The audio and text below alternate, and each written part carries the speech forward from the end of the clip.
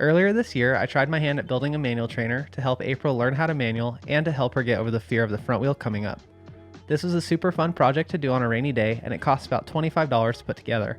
For the last year, I kept thinking about ways I wanted to make a more compact, safer, and better looking manual trainer.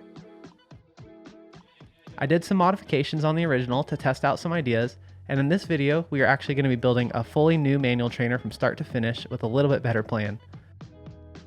The materials you are going to need to build this trainer are an 8-foot long 2x6, an 8-foot long 2x4, a 3.5 inch long hook, and around 20 2.5 inch long screws. I also have a few optional items that I plan on adding to this trainer, which I'll go over when we get to those points. Since I actually did some planning this time, we can go ahead and cut most of the pieces at the beginning of the project. To start out, we are going to cut down the 2x6 into these 5 pieces, and then we will cut the 2x4 into these 3 pieces. Once you have all the wood cut, we can go ahead and do a quick visualization of the build. The first thing we are going to attach is the 18-inch upright brace. To make sure this is in the right place, we are going to set up the 20-inch wide stabilizer on the end of the baseboard. Once you have that flush with the end of the baseboard, we are going to slide the upright brace into position and mark both sides of it with your pencil. Do your best to make sure this is square with the baseboard. Then we will put 2 screws in from the bottom to secure it in place.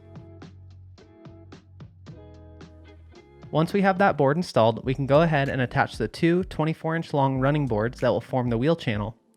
I have found that making these flush with the side of the baseboard works perfect for fitting a 2.3 to 2.6 wide tire. You may need to make a slight adjustment if you use a narrower or wider tire than that. I like to attach each of these running boards by putting in 2 screws from behind and then 2 screws in from the bottom.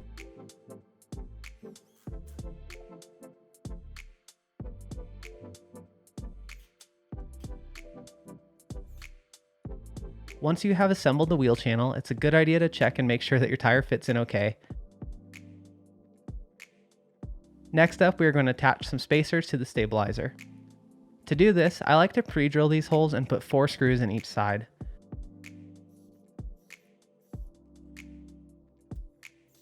Once you have the spacers installed, it's time to attach the stabilizer to the baseboard.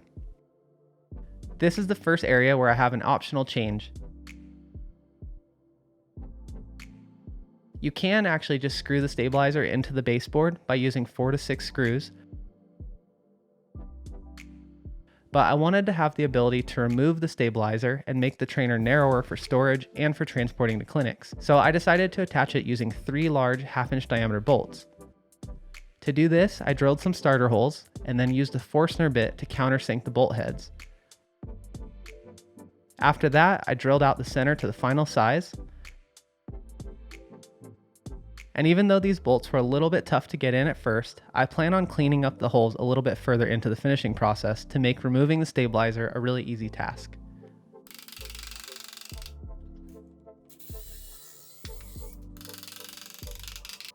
After getting all 3 bolts installed, it was time to figure out the angled side braces that the wheel will lean against.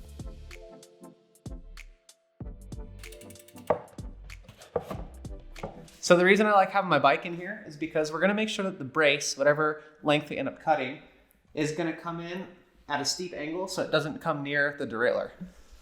If we were to cut a brace from here all the way to here or something, then basically you hit your derailleur. So what we need to do is have it come from here down and end pretty early before it can get to the derailleur. So if you did everything the same as me, you should have some 2x4 left over at about 38 inches right here. We're just going to cut that directly in half, right about 19 inches. Then we're going to use each one of those to scribe it with a Sharpie or pencil and then come back and cut the final angle. A quick tip that helped me a lot was to put 1 screw in the top of the board to help hold it while I lined up the bottom angle I wanted. Then I just put a screw in the bottom and used my pencil to scribe the angle I needed to cut onto the board. For me, this ended up being one 40-degree angle and one 50-degree angle on an 18-inch board. Yours may vary slightly though, which is totally fine. Again, the main goal is to just avoid the brace hitting the derailleur. Once you have one side brace cut, you can just trace it onto the other board and duplicate it. Then, when you have both braces cut, you can attach them to the trainer. Just make sure that they are flush with the boards that form the wheel channel. I like to attach them using 2 screws in the top and 1 screw in the bottom.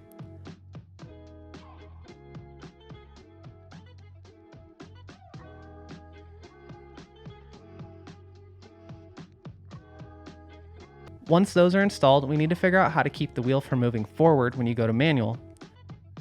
There are 2 fairly easy ways to do this. The easiest way is to just tie the wheel to the upright brace using a strap. This will keep the wheel in place and works for any wheel size. The other pretty easy way is to just cut a 2.5 inch wide section of 2x4 to make a block that slides in the wheel channel. Then you can put 1 to 2 screws in from each side to hold it in place.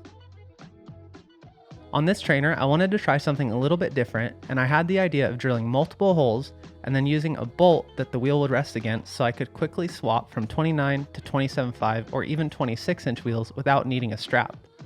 Honestly, I didn't know how this would end up working out, but I figured I'd start with the 29 inch wheel first. It took a few tries to get it right, but in the end, it ended up working out really well. For the 29 inch wheel, I ended up having to drill a hole 23.25 inches from the back brace and then 1/2 inch down from the top edge of the 2x4. Then I just drilled another hole for the 27.5 wheel 1.5 inches back from there. For anyone interested in doing it this way, I'll include a list of exact measurements at the end of the video. Alright, now that we have the rear wheel secured, we're almost done.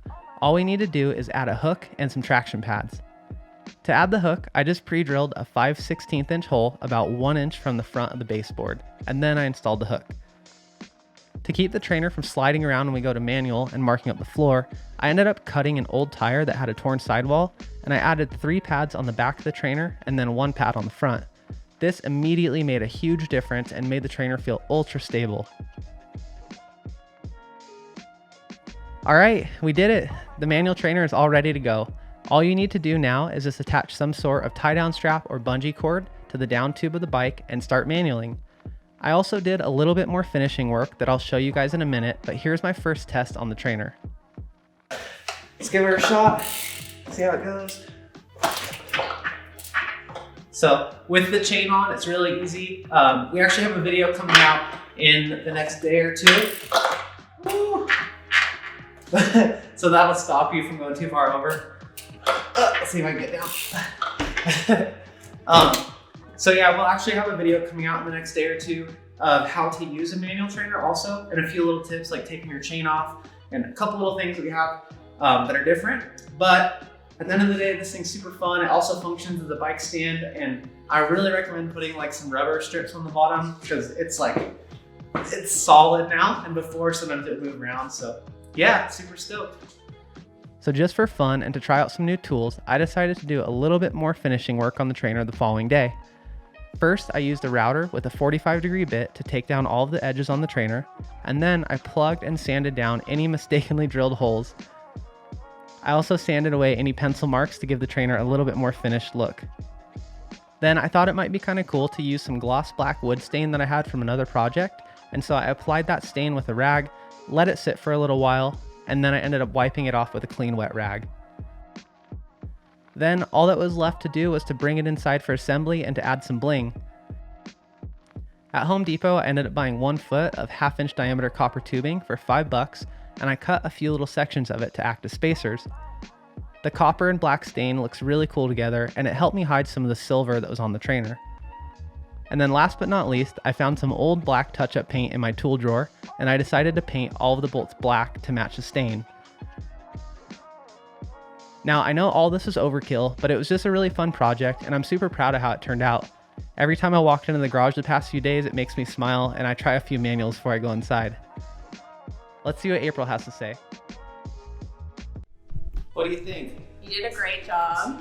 It looks really pretty, and I feel a lot better about this one. It feels a little bit safer with the tire traction underneath on the concrete. Sweet, yeah, you did a good job. Thank you. I hope you guys enjoyed this little project. It was really fun to do.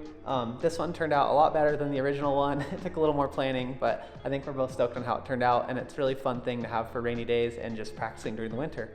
So yeah, if you guys could like and subscribe, that would be awesome. And if you could share this with anybody you think might want to build one, that helps our channel a ton. So yeah, we really appreciate it, and we'll talk to you guys next time.